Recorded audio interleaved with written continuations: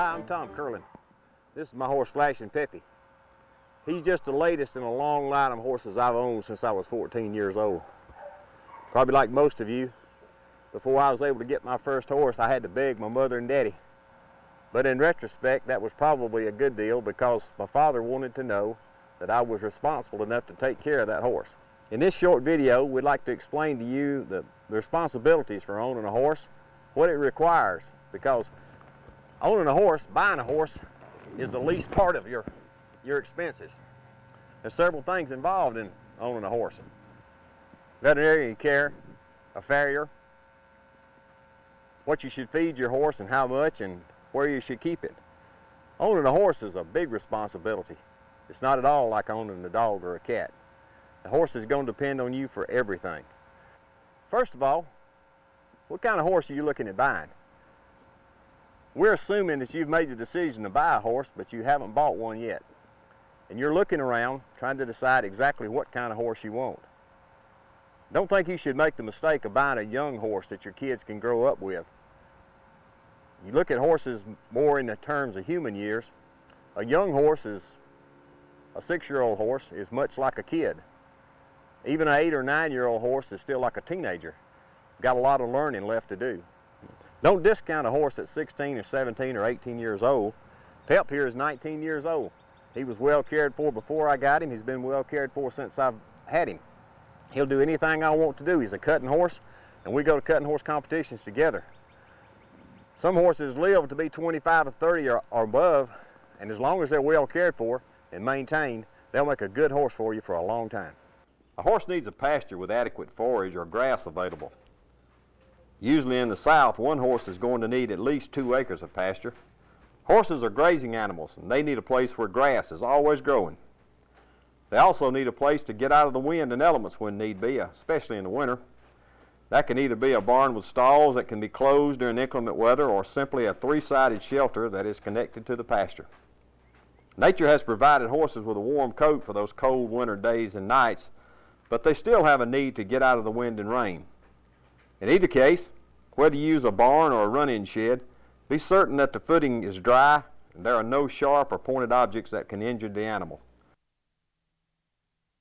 A good bedding, such as wood shavings, is essential. Not only do they provide some cushion for the horse's feet and legs, it also acts as an absorbent for urine and manure.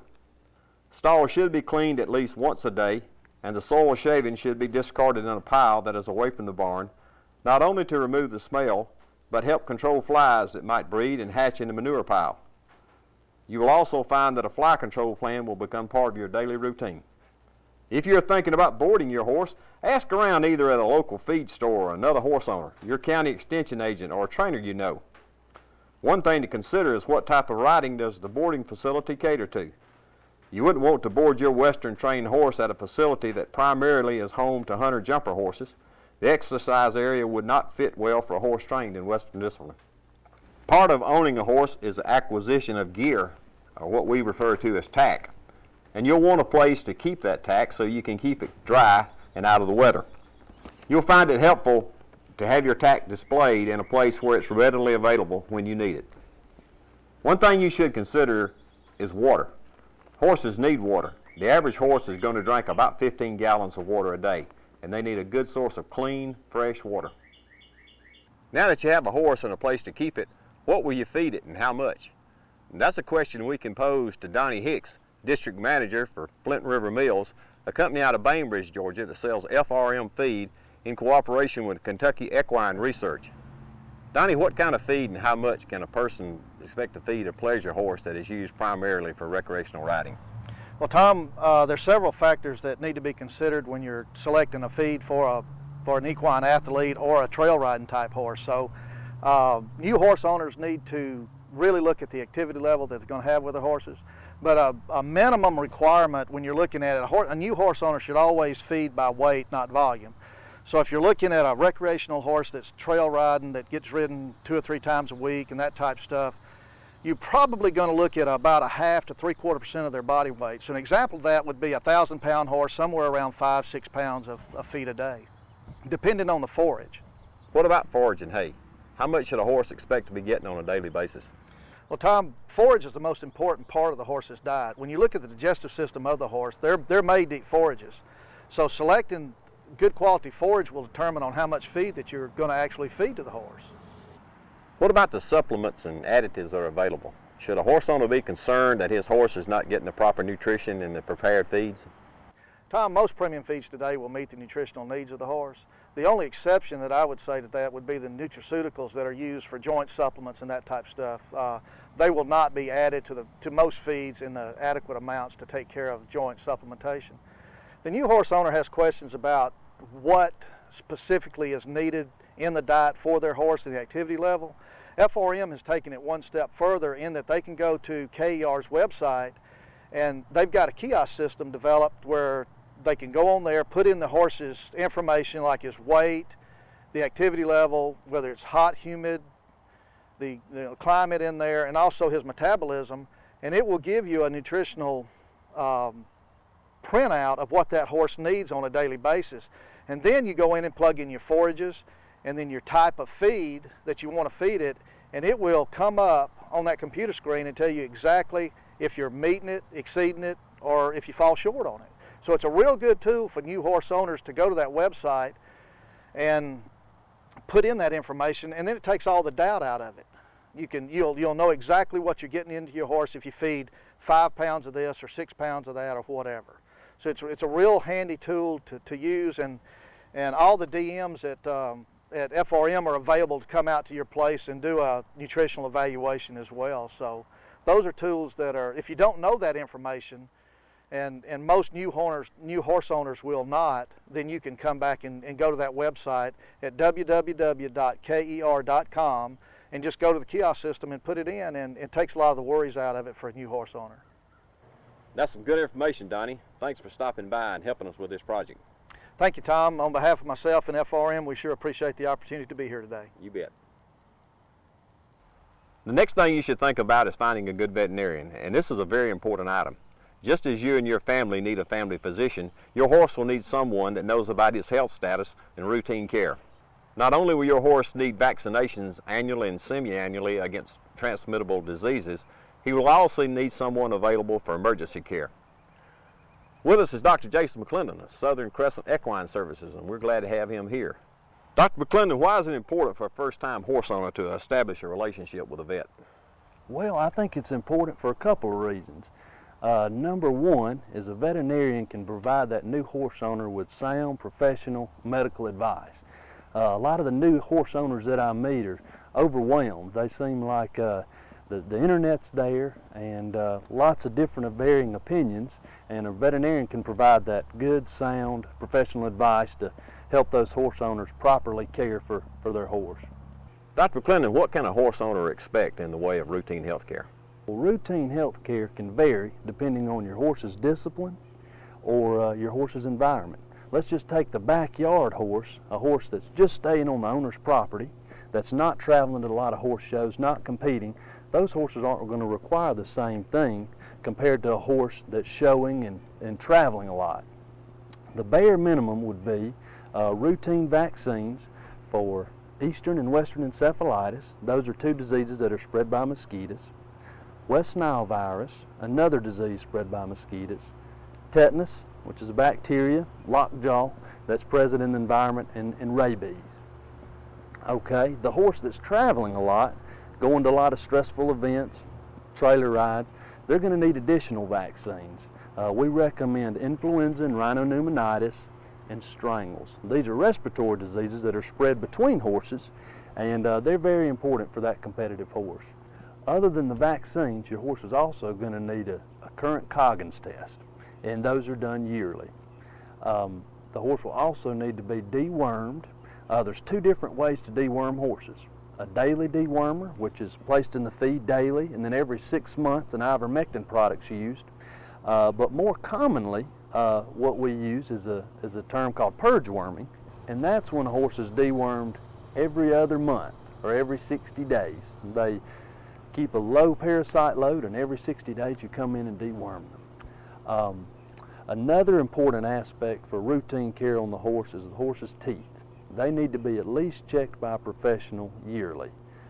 That's either a veterinarian or an equine dentist, and some of those horses will need to be floated, their teeth filed every year and sometimes every 6 months. A horse's teeth grows throughout their life, and they'll grow sharp points and sometimes some pretty big hooks. And a veterinarian and equine dentist, we come in and we take those sharp points off by filing, and that's what floating involves. Other than floating a horse's teeth, they'll also need foot care, and that can be every 6 to 8 weeks. You mentioned the Coggins test. What exactly is that, and why is it so important? A Coggins test is a test that we use to detect antibodies to a virus that causes equine infectious anemia. Okay, this is a disease, it's a lentivirus, and it's real similar to the HIV virus in humans. So there's not a cure for the disease. It has a long, slowly progressive, debilitating state that's awfully fatal to the horses.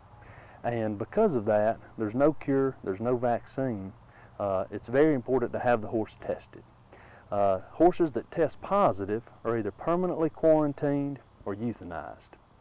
It's a state-regulated test. That means that the state requires that you have it if you're transporting horses every year. So if you're on the highway with your horses, you have to have a current Coggins test.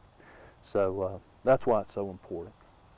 Dr. McClendon, what about those times in the middle of the night or on the weekends when we have to have emergency care? Well, emergency care for your horse is very important.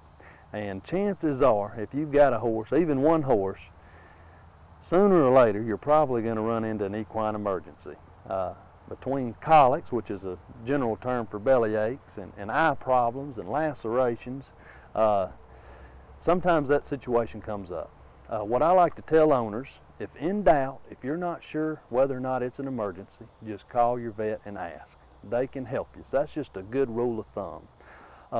Also, another general rule of thumb might be to apply those clinical signs that you're seeing in your horse to your child. For instance, if you've got a child with profuse watery diarrhea, you probably wouldn't wait a week to call your pediatrician. And the same rule applies to your veterinarian. Early intervention is really important for a positive outcome in a lot of these equine emergencies, especially involving the joints and tendons. So, general term, if in doubt, call your vet. We'll walk you through it. Thanks for your time, Dr. McClendon. You're welcome. I'm glad to be here. Just wanted to stress the importance of establishing that relationship with your veterinarian. And if you don't have a veterinarian, it's important to find one. You bet. Thank you. Our thanks to Dr. McClendon. He mentioned the need for regular foot care, and that brings us to Lynn Jean. Lynn is a working farrier and a member of the American Farriers Association. Lynn, how would a new horse owner go about finding a farrier in his area? Well, Tom, the American Farriers Association for many years has compiled a listing of all their members, their chapters, affiliates, and manufacturers. We've also put this on the internet, which is easily accessible to anybody. So if you go on the internet, you can find a farrier or horseshoer in your area simply by searching by state. The web address for the American Farriers Association is americanfarriers.org. Why is a farrier an important cog in the wheel of horse ownership?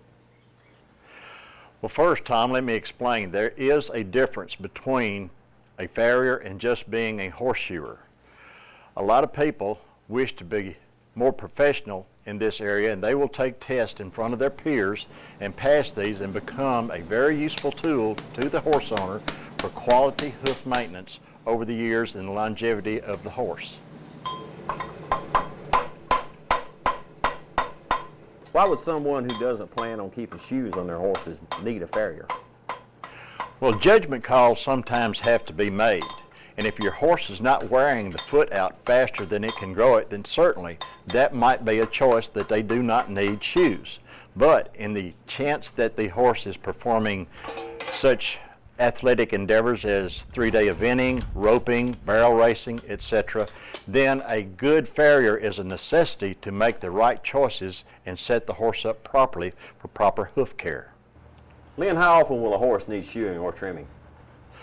Again, you've asked a very important question because horses are individuals just like we are. Their growth rates vary, the time of year, the conditions of the time of year, such as we're having drought now, feed, and the amount of forage that they have all play a part in how fast the horse grows a foot.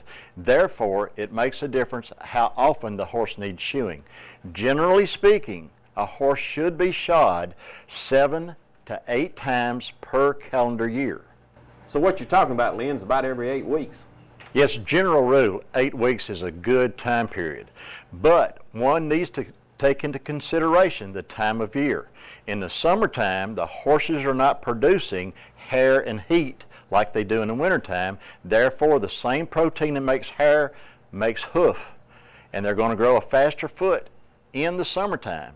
In the wintertime, your shoeing is going to be more spread out because the foot does not grow as fast because the necessity for that protein to be used in hair and heat. Therefore, your shoeing intervals are going to be closer in the summertime, but yet further apart in the wintertime, which makes an average of about 8 weeks per shoeing, only an average. What about all these products that are commercially available for hoof care? When should I use them? Well, that's a good question. Most people are really confused because there is an abundance of products on the market now specified for use on horses' hooves. However, in this part of the country, my biggest enemy as a farrier is a moist, soft hoof. And I like for a foot to be more dry and more rigid than a lot of other people do because they seem to hold up better and suspend the skeletal structure better. However, for a new horse owner, only use these hoof products when advised by your veterinarian or your farrier. Thanks, Lynn. He didn't mention it, but you can check Lynn out at www.touringforge.com. When you're talking about horses, you're talking about 2 basic styles of riding, English and Western. To explain the difference, we have Imtiaz Anis, an Olympic equestrian rider. He competed in the 2000 Olympics in Sydney, Australia in the 3-day event category. He also competed in the World Equestrian events in Spain in 2002. MT now makes his home in Fayette County, Georgia. MT, what's the basic difference between English and Western style riding? The main difference between the two is firstly the tack. I think that's very important to explain to people that the English tack is different from the Western tack. So, and because of that, it's a different style of riding. The English tack is more close contact and more precise. So it requires that sort of riding. In the Western tack, it's a little bigger, larger, not so specific, and requires that sort of riding. So that's one of the biggest differences in the tack between the English and Western. Even the gear in the horse's mouth is very different, the bits that are used. In the English tack, it's a different bit. In the Western tack, it's a different bit, again, depending upon loose rein contact or whether you want the horses on the bit and with contact. Very different in the English and as compared to the Western. How would a first-time horse owner decide which discipline to ride? I think the decision has to be made based on what they want as the end result, because both disciplines have different sports. It's a different sport. In English, we have the hunter jumper, we have dressage, we have 3-day eventing, and we have, includes the cross country, and we have show jumping. In Western play, they have a total different sport, which is reining, cutting, roping, Western pleasure. So it really depends as to what the end result that they really want to achieve. This also depends upon the horse that they buy and the area that they're in, because sometimes in the area that you are when you're living in the United States of America determines whether you go with English or Western, and it may not be a preference as well, because say if you're in the out west and you want to do English, there is not much opportunity there in far of training, infrastructure, as far as facilities, as far as events. So therefore you get frustrated, and then most of those English riders move into the Western. So it really depends upon your area as to what it can support and what is, because that's the best way for a new person to enter in, because that's the best expertise you're going to get in that field. So I think that really makes a lot of difference. And then of course the end result, once you see on TV as to what you would really like to do. When I was young, I looked at a 3-day event and I said, that's what I want to do. So I moved into the English line. I had a friend who saw reining and was absolutely enamored by it because of the speed and the turn, the twist, and said, I think that's what I want to do. So then that's what the path that they choose. What advice can you offer the first-time horse owner for deciding which discipline that he should practice? I think the best advice that I can give is that they need to ride and see it. So what I would suggest for them to go to professionals in their area and trainers, whether it's Western, whether it's English, and in whatever discipline in that field, whether if it's English, whether it's dressage, whether it's show jumping, if it's Western, whether it's reining or cutting, or Western pleasure, spend a couple of afternoons out there at the farm. Let them get used to the people. Let them talk to the people that are doing the sport. Get them talk to the professionals that are doing the sport. See the animals that are doing the sport, because they're different type of horses, different nature of horses, different expenses involved, different travel, distances in the travel. So that's really important for me. So I think it's important that they go and just be at a farm for a little while. Then I think it's important for them to take a couple of lessons and not really go and buy their first horse. Go and take a lesson on a school horse. Most of the trainers have a school horse. So go to a professional, say I would like to take a couple of lessons, try it out, see whether they like it. Because the major difference between these two sports and any other sport like football or baseball or swimming or any other sport is that if the kid doesn't really like it, they can throw that baseball in the garage. While with a horse, they cannot throw the garage. They still have to look after it, they still have to feed it, they still have to shoe it, they still have to vaccinate it. There's a lot of care and a lot of management which builds character and which is important in their child. But they've got to love it, because there's a lot of hard work in looking after these animals. Owning a horse is a big responsibility, and this should help you be prepared for what you can expect when you get that horse home. Like I said in the beginning, horse will depend on you for practically everything in life. Don't take that responsibility lightly. You take care of your horse, he'll take care of you.